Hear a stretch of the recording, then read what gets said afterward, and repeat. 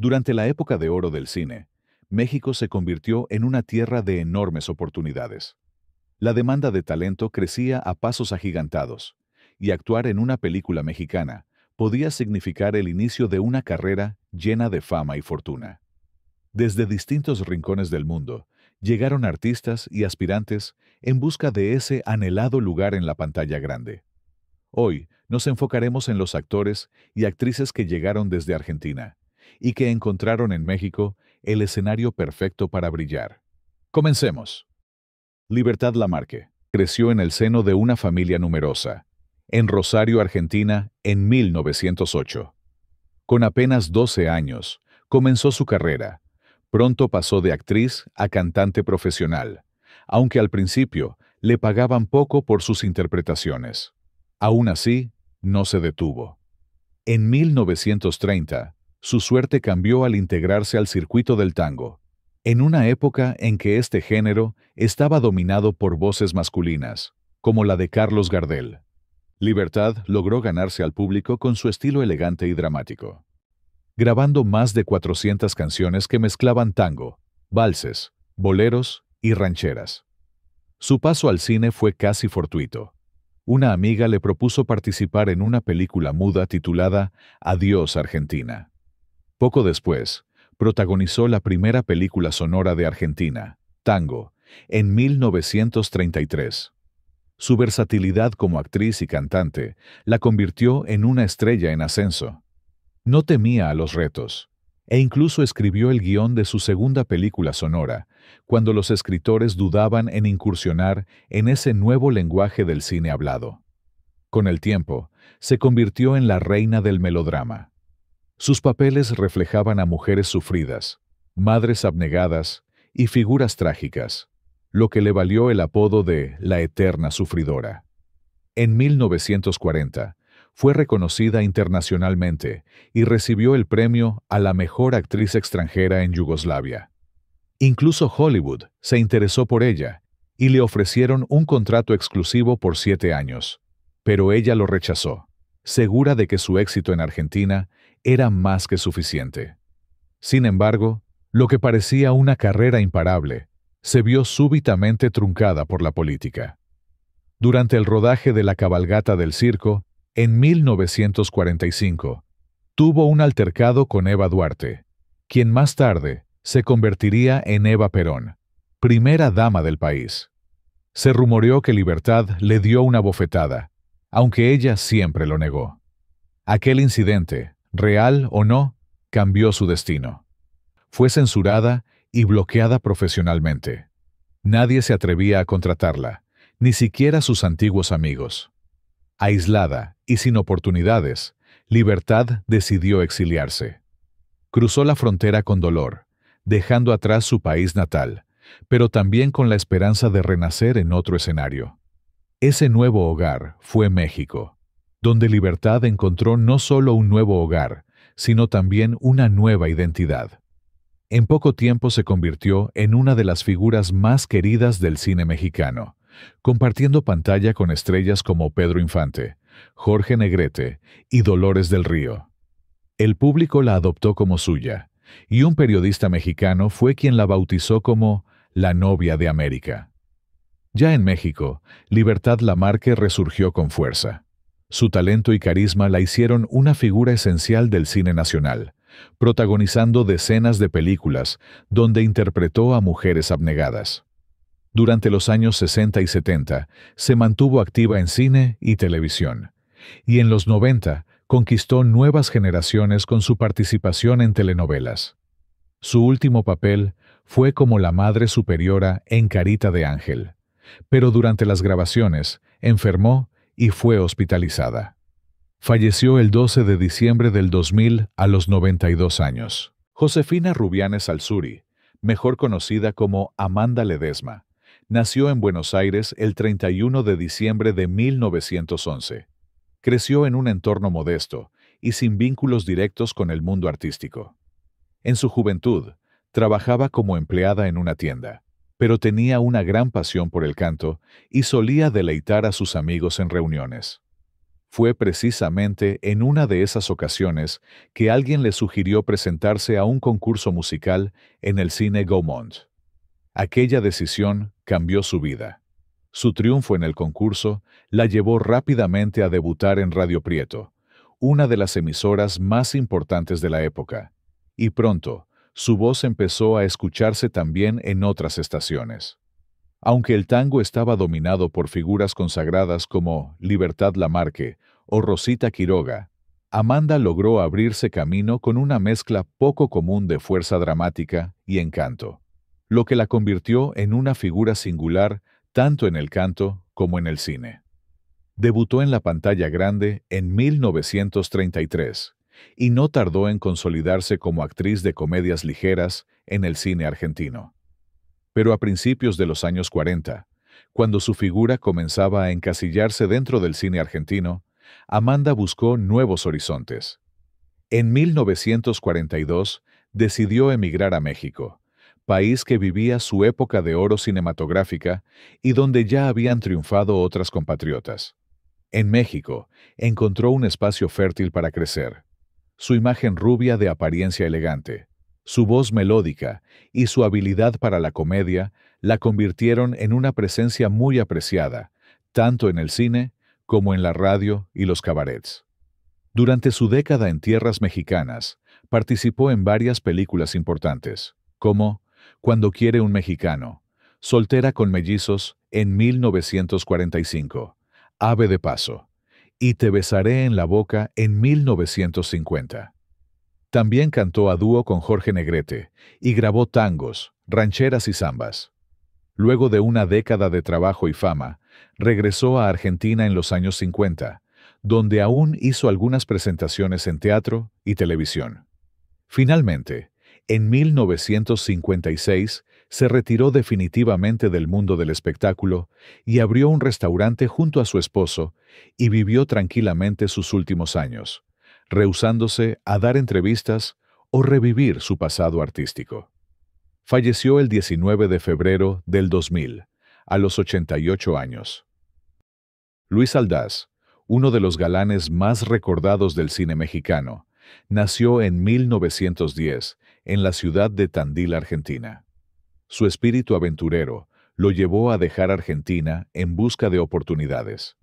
Antes de encontrar su lugar en el cine mexicano, intentó suerte en Hollywood hacia finales de los años 30, apareciendo como extra en algunas películas. Pero fue en México donde encontró mejores oportunidades actorales. Llegó justo cuando la industria cinematográfica nacional vivía su mayor auge. Y aunque sus inicios fueron en papeles secundarios, su estampa elegante, su voz grave y su carisma pronto lo posicionaron como un galán romántico. Su talento lo llevó a compartir escena con las grandes divas del momento. Su profesionalismo le permitió destacar en una gran variedad de géneros. Se naturalizó mexicano y se instaló definitivamente en el país. Filmó casi 60 películas, convirtiéndose en una figura imprescindible del cine nacional. Se casó con varias mujeres del espectáculo, entre ellas Virginia Serret, la vedette Leonora Amar, conocida como la Venus brasileña, y también tuvo una relación con la actriz Lucy Gallardo.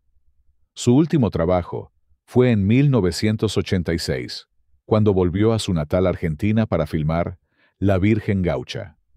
Falleció en Ciudad de México el 16 de mayo de 1990. Hugo del Carril, cuyo nombre real era Piero Bruno Fontana Bertani, nació en 1912 en el barrio de Flores, Buenos Aires, en el seno de una familia de inmigrantes italianos.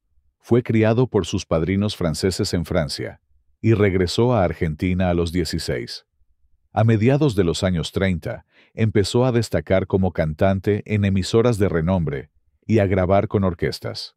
En paralelo, inició su carrera cinematográfica, primero con apariciones musicales y luego como actor de reparto.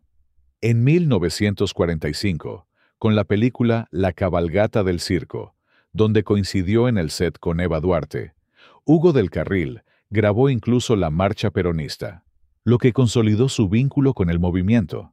pero también selló su destino cuando cambió el clima político.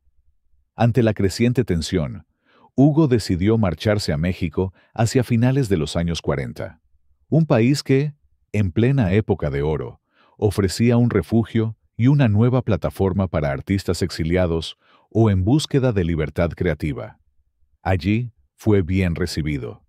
Grabó tangos, actuó, y fue parte de una escena cultural vibrante que lo acogió como uno de los suyos. Su estilo elegante, su voz porteña y su sensibilidad encajaron perfectamente con el gusto del público mexicano. Regresó a Argentina años más tarde, pero su carrera estuvo marcada por la reiterada censura política. Falleció en 1989 a causa de problemas cardíacos. Fue enterrado junto a su esposa, Violeta Courtois, dejando un legado inmenso como cantante, actor, director y símbolo del tango. Rosario Zúñiga Granados nació en 1925 en Buenos Aires, Argentina. Fue fruto de una familia de raíces mixtas, padre chileno y madre mexicana. Desde muy joven mostró una inclinación clara hacia la actuación, participando en obras de teatro en su país natal. Sin embargo, la escena argentina ya contaba con figuras femeninas consolidadas, lo que dificultaba abrirse paso con rapidez. Fue entonces que una oportunidad inesperada tocó a su puerta desde México. De acuerdo con diversas versiones, fue el mismísimo Mario Moreno Cantinflas, quien la animó a emprender el viaje. Rosario aceptó y llegó a México a los 19 años, debutando en la cinta Rosas de las Nieves en 1944. Su belleza y talento dramático pronto captaron la atención de productores y directores, lo que la llevó a trabajar rápidamente con los actores más importantes del momento. En tan solo un año, ya estaba filmando al lado de Jorge Negrete en Caminos de Sacramento y protagonizando Canaima, lo que marcó su ascenso como figura destacada del cine nacional. Durante los años siguientes, trabajó con grandes como Arturo de Córdoba y María Félix, ganándose un lugar sólido en la industria cinematográfica mexicana. Rosario tenía una presencia elegante y, como actriz, muy convincente, lo que la convirtió en una de las favoritas del público de la época dorada.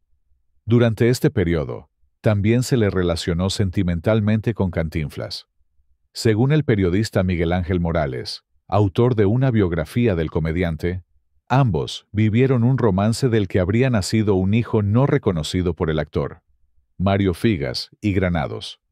Aunque esta versión fue desmentida por la familia de Cantinflas, el rumor persistió durante años, alimentado por otros testimonios sobre hijos no reconocidos del cómico. A finales de los años 50, Rosario decidió retirarse del cine. Se casó con el fotógrafo Raúl Solares, con quien tuvo 4 hijos. Aunque se alejó de los reflectores por un tiempo, en 1970 regresó al teatro y más adelante también participó en producciones televisivas. Uno de sus papeles más recordados fue el de Rosalía, la abuela de Thalía en la telenovela Quinceañera, en 1987. Su última aparición en televisión fue en 1987 y en el cine se despidió con Funerales del Terror en 1990. Rosario Granados pasó sus últimos años en la Ciudad de México, dedicada a su familia. Falleció el 25 de marzo de 1997, a causa de un infarto. Alejandro Changuerotti, nacido en Buenos Aires, Argentina, en 1903. Aunque poco se conoce sobre sus motivaciones personales para dejar Argentina, es probable que, como muchos actores de su tiempo, haya buscado en México una plataforma más dinámica y estable para su carrera, atraído por el florecimiento del cine nacional y las oportunidades laborales que ofrecía. Desde muy joven demostró un interés por la actuación, y en 1926 debutó en el cine mexicano con la cinta El Corazón de la Gloria.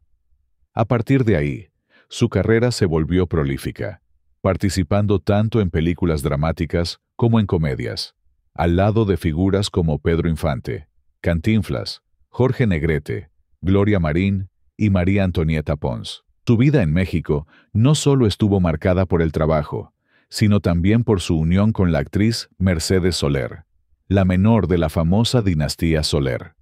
Juntos tuvieron 3 hijos, entre ellos Fernando Luján, quien se convertiría en una estrella. De este modo, Alejandro fundó una verdadera dinastía artística, cuyos descendientes continúan activos en el teatro, el cine y la televisión mexicana hasta el día de hoy. Falleció el 29 de agosto de 1975 en la Ciudad de México, a los 72 años. Marga López, nacida como Catalina Margarita López Ramos, el 21 de junio de 1924, en San Miguel de Tucumán, Argentina, fue hija de padres españoles. Desde muy joven, mostró una inclinación natural hacia el espectáculo, integrándose al grupo artístico Los Hermanitos López, junto a sus hermanos, con quienes recorría escenarios en presentaciones de canto y actuación por América Latina. Fue precisamente una gira artística, en 1936, la que cambiaría su destino. Durante una parada en México, conoció al joven locutor y productor Carlos Amador, con quien no solo entabló una relación sentimental, sino también un vínculo profesional que la anclaría para siempre al país. Se casaron en Buenos Aires en 1941, pero México ya se había convertido en su nueva patria, y allí iniciaría una carrera brillante que la llevaría a convertirse en una de las figuras más queridas del cine mexicano. Su debut cinematográfico fue en 1945 y no tardó en escalar posiciones. Con su rostro dulce, mirada profunda y una capacidad dramática poco común para su edad, Marga pronto se consolidó como actriz principal en películas que retrataban tanto a mujeres de vida intensa como a esposas abnegadas. Participó en más de 80 películas, muchas de ellas hoy consideradas clásicos, como Salón México, La Entrega o Nazarín, dirigida por Luis Buñuel. En lo personal, se casó 2 veces con el productor y director Amador. Con él, procreó a sus 2 únicos hijos. Años después, encontró en el actor Arturo de Córdoba al amor de su vida. Vivieron juntos durante 9 años, 3 de ellos de profunda felicidad y los demás marcados por la enfermedad del actor. A lo largo de las décadas, Marga López trabajó sin interrupción, incluso en su vejez, participando en algunas novelas exitosas. Recibió numerosos reconocimientos por su trayectoria, entre ellos las medallas Virginia Fábregas y Eduardo Arosamena, y fue homenajeada por la Asociación de Cronistas de Espectáculos de Nueva York, por sus más de 70 años de carrera artística. Falleció en Ciudad de México el 4 de julio de 2005, a los 81 años. Rosita Quintana, cuyo nombre real era Trinidad Rosa Quintana Muñoz, nació el 16 de julio de 1925 en el barrio de Saavedra, en Buenos Aires, Argentina. Desde muy pequeña, mostró un espíritu rebelde y artístico. Se educó en un colegio de monjas, del que fue expulsada por cantar tangos, género que en esa época era considerado inapropiado para una joven. Fue su abuela, quien creyó en ella y la impulsó a seguir su vocación, regalándole una guitarra y llevándola a clases de canto. A los 15 años, debutó como cantante profesional con la orquesta de los hermanos Caro, y no tardó en convertirse en una figura prometedora de la escena musical porteña. Su voz, su estilo y su presencia escénica la hicieron destacar entre los talentos jóvenes de su generación. Su destino cambió cuando, durante una de sus presentaciones, Jorge Negrete la escuchó cantar y la invitó a probar suerte en tierras aztecas. En 1947 llegó a Ciudad de México con un contrato para presentarse en El Patio, el centro nocturno más prestigioso del momento. Su éxito fue inmediato. El público mexicano quedó cautivado por su voz y su personalidad. Su debut cinematográfico fue en 1948 con La Santa del Barrio, y al poco tiempo ya compartía pantalla con Germán Valdés, Tintán, en películas como Calabacitas tiernas, Soy charro de levita y No me defiendas, compadre. Durante la década de los 50, Rosita Quintana se consolidó como una de las grandes divas de la época de oro, trabajando con figuras como Pedro Infante, Arturo de Córdoba, Joaquín Pardavé, Fernando Soler y Luis Aguilar, con quien compartió créditos en 9 películas. También incursionó en la música como compositora, escribiendo temas para cantantes como Guadalupe Pineda y Angélica María. Se casó con Sergio Kogan, productor de cine y representante de Paramount Pictures en México, con quien tuvo un hijo llamado Nicolás, y adoptaron a Paloma Guadalupe. Su vida familiar se vio golpeada por la tragedia cuando sufrió un accidente automovilístico en los años 60. Él falleció, y Rosita permaneció en coma durante varios días. Tras recuperarse, asumió sola la crianza de sus hijos. A lo largo de los años, también incursionó en la televisión, destacando especialmente como villana en la telenovela La Dueña en 1995, donde compartió escenas con Angélica Rivera y Cynthia Clitbo, además de otros proyectos en años posteriores. Rosita Quintana siempre expresó su gratitud hacia México, país que, como ella misma decía, la hizo ser quien era. Aunque en sus últimos años enfrentó problemas de salud, mantuvo su espíritu agradecido y lúcido. Falleció el 23 de agosto de 2021, a los 96 años. Nelly Montiel, conocida en Argentina como Nelly Edison, nació en 1919. Su carrera artística comenzó a una edad temprana en su país natal, donde empezó a abrirse camino en la industria cinematográfica durante la década de 1930. Su debut oficial en el cine fue con la cinta Muchachos de la Ciudad en 1937. A mediados de los años 40, decidió emigrar a México, que además ya había recibido con los brazos abiertos a otras actrices argentinas, quienes estaban triunfando ampliamente. El debut de Nelly Montiel en el cine mexicano se dio en 1945 con la película El secreto de la solterona, dirigida por Miguel Delgado y protagonizada por la entrañable Sara García.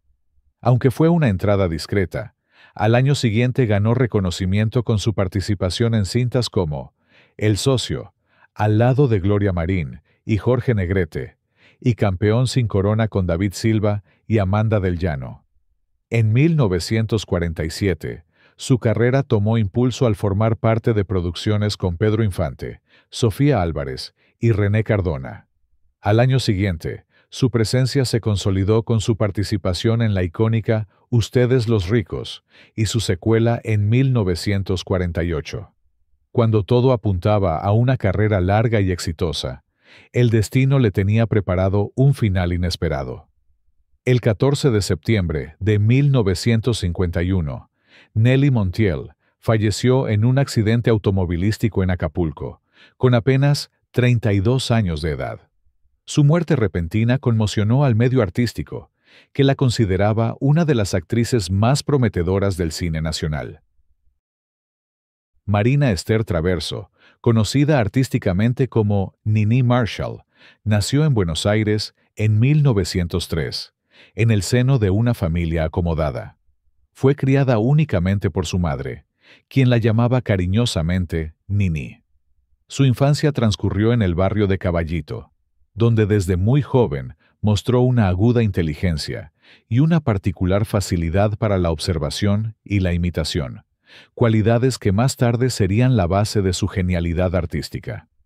Aunque sus primeros pasos profesionales fueron en el mundo de la publicidad y el periodismo, su verdadera vocación la encontró en la radio. Durante los años 30, comenzó a colaborar en programas radiales como crítica y guionista, hasta que en 1936 debutó como actriz y comediante. Fue allí donde nacieron sus personajes más emblemáticos: Catita, una mujer de clase baja con acento inmigrante, y Cándida, una gallega ingenua y de buen corazón. Con ellos, conquistó a la audiencia y rápidamente se convirtió en un fenómeno nacional. Sin embargo, Su humor costumbrista y sus sátiras sociales incomodaron a las autoridades. Su forma de retratar con gracia los acentos, estereotipos y conflictos sociales de la época fue considerada ofensiva por el gobierno conservador argentino. En 1940 fue expulsada de la radio y en 1943, con la llegada del régimen militar encabezado por el general Pedro Ramírez, prohibieron su participación en el cine, acusándola de deformar el idioma. Frente a la censura y el exilio cultural en su propia tierra, Nini tomó la decisión de emigrar a México, país que vivía su esplendor cinematográfico y que ya había recibido con éxito a otros talentos argentinos. En tierras mexicanas, encontró no solo libertad creativa, sino también una nueva oportunidad para seguir desarrollando su carrera. Su personaje de Catita fue recibido con entusiasmo por el público mexicano y participó en múltiples películas, además de encarnar otros papeles cómicos que reafirmaron su talento durante su estancia en México. No solo reafirmó su prestigio, sino que también dejó una profunda huella en el teatro y el cine. Su estilo único encontró eco en un público que la adoptó como propia. Años después, con el derrocamiento de Juan Domingo Perón en 1955, Nini pudo finalmente regresar a Argentina, donde retomó su carrera en el teatro, la radio y el cine. Pese a los años de censura, su regreso fue celebrado con admiración y cariño. Siguió creando personajes entrañables, formó a nuevas generaciones de comediantes y recibió homenajes y reconocimientos, entre ellos el título de Ciudadana Ilustre de Buenos Aires y el premio Conex a la trayectoria. Nini Marshall falleció en 1996, a los 92 años, dejando un legado invaluable en el arte del humor. Gracias por acompañarme en este recorrido por las historias de los talentos argentinos que encontraron en México su segunda casa y su gran escenario. Si te gustó este viaje al pasado, no olvides dejar tu comentario, compartir el video y suscribirte para seguir descubriendo juntos más memorias del cine y la cultura que nos unen. Hasta la próxima, y que viva siempre la época de oro.